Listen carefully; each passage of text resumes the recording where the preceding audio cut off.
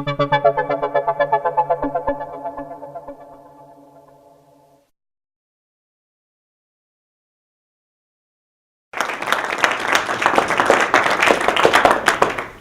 you, Hannah. Thank you, India House. Yes, I'm quite fond of India. If you can do it in India, you can do it anywhere. Once they start argumenting, the temptation to share is enormous. Nothing is impossible, particularly when it is inevitable. That is already known for the past. It's even more true for the future. Not just for India, but also for us here. The question is, for me, impact investment, or investing, and I'm part of that. Why do we consider that such a special class of assets? It should be mainstream. It should be ordinary business. That, I think, is the challenge I would like to raise with you. So I'm not discussing the concept. I would like to discuss with you the context of the future. I was a banker until 2006, responsible for risk management. And in 2008, when Lehman and AIG went up, what's up or down? I asked myself, what didn't I see? What should I have seen in the years before? Of course, you, as a proud professional, you think,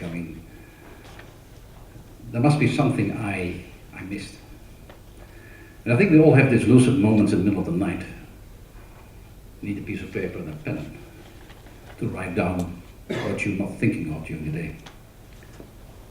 I wrote down, it was Christmas 2008, next crisis. And I was thinking, there is a logic of crisis. There is a benefit of crisis. There's a pain of crisis. Crisis will be of all times. And while deepening my thoughts, I came to the conclusion that, based on my experience, crises always manifest themselves on a Monday. Mm-hmm.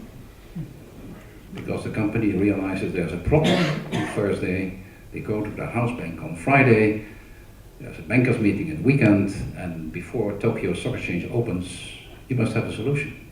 Otherwise, hell breaks loose. If you look at the history of crises, there is something in the air in September or October. Why?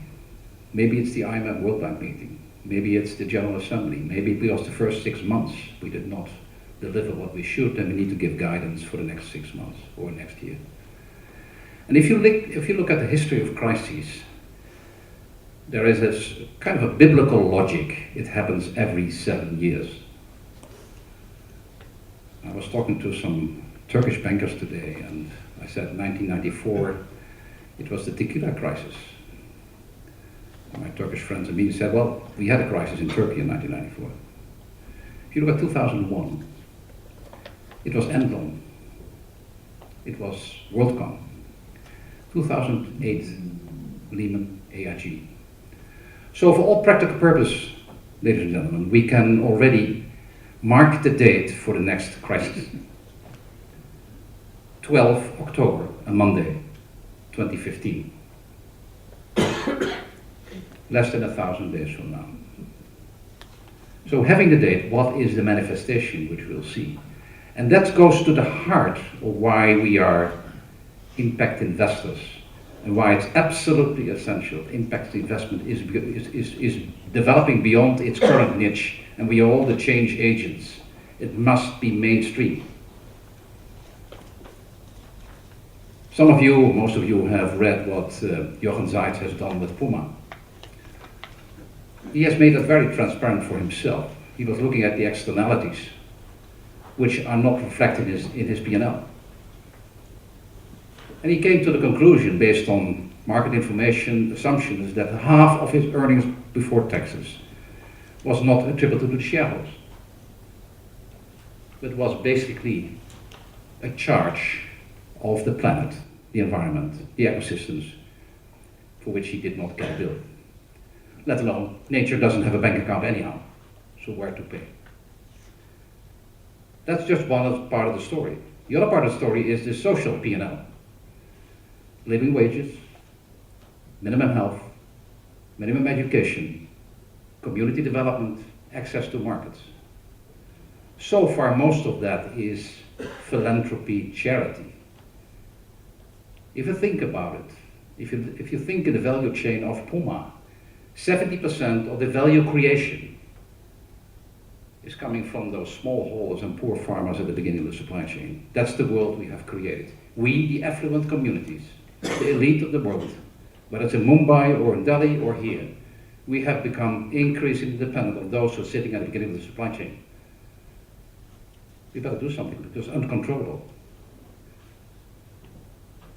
Monday, 12 October 2015 can be compared with the 17th of October 1973.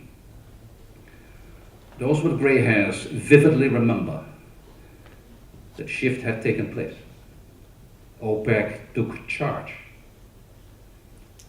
With social media, the loss of biodiversity affecting the poor, degradation of ecosystems, it is just a matter of time that those who are at the very beginning of our supply chain will say, not enough is not enough. That's the overarching consideration why we are impact investors. I wouldn't say saving the planet, but facilitating it for all of us with business models, innovation, to live with 9 billion people. That's my responsibility to my grandchildren. It's our shared responsibility. Impact investing is something which is taking off, but we have a duty and an obligation to mainstream that into the sovereign wealth funds, the pension funds, not just the family offices. The big question is how we're going to do that. There is an opportunity here in the Netherlands right now, and we know the struggle in The Hague. There's a holy grail there of 750 million euros, a fund which was initiated by the previous administration. If we're going to use that as a lever to innovate ancient, out-of-step official development systems, but work with the government to offer incentives and instruments to accelerate impact investing. Export credit insurance we had in the 80s and the 90s, which was, we in the business got the guarantees for political risk insurance from the government. Guess what? The premiums which we paid in the 80s and the 90s, we as business, was equal to the payments, the damages, which the Dutch government, we as taxpayers had to pay. Because there were problems in Asia, there were problems in Latin America. For the Ministry of Finance, the export credit insurance was through the cycle, cost covering. Think of a model, and I've been working on a project in India, the Seva, the cookstove project. Suppose you have a company, Seva Bank, issuing a bond of $50 million, enabling the women, 200,000 women of Seva, to buy cookstoves and solar lanterns, which they can pay out of savings, higher productivity, what have you. If they would not be able to repay that bond indirectly, but the 5 or 6 impacts would be made. Youth employment, minimum health, the GDP of the community, carbon credits. If we achieve those social impacts, the government will pay. And we are going to pay a premium for that guarantee which we get. The perfect way of marrying a political desire to make development cooperation, new style, more efficient, more effective, for us as entrepreneurs or as corporations in our value chain, to make a significant change, not only to sustainabilize our value chain, but also stabilize our value chain, it becomes a strategic opportunity. And then the dynamics which we saw in the Dutch community in the 80s and the 90s of large infrastructural projects in many countries becomes something which we should do ourselves. If you look at the Dutch community, the Dutch business society, if you deduct the exposure or the engagement of which we have as business in the European Union from the total, very little is left. We have lost, as Dutch business community, our traditional trading and investment opportunity in Africa and Latin America, in Asia. We should pick that up again.